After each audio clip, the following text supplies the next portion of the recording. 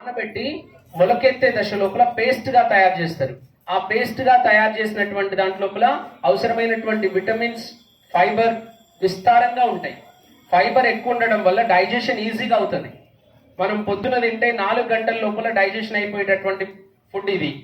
Non veg తింటే కనీసంగా 28 hours 20 hours plus కావాలి. Non veg తింటే డైజెషన్కి టైం ఎక్కువ తీసుకుంటుంది.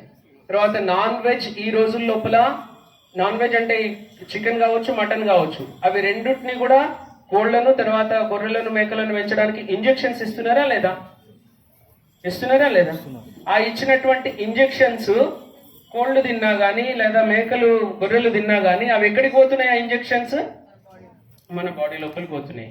అక్కడ గ్రోత్ కోసం ఏదైతే వాళ్ళు ఇస్తున్నారో, అవి షార్ట్ పీరియడ్ లో గ్రోత్ కావాలని ఇంజెక్షన్స్ ఇస్తున్నారో, ఆ వచ్చినటువంటి కెమికల్స్ మన బాడీ లోపల హార్మోన్స్ ఇంబ్యాలెన్స్ అయిపోతున్నాయి.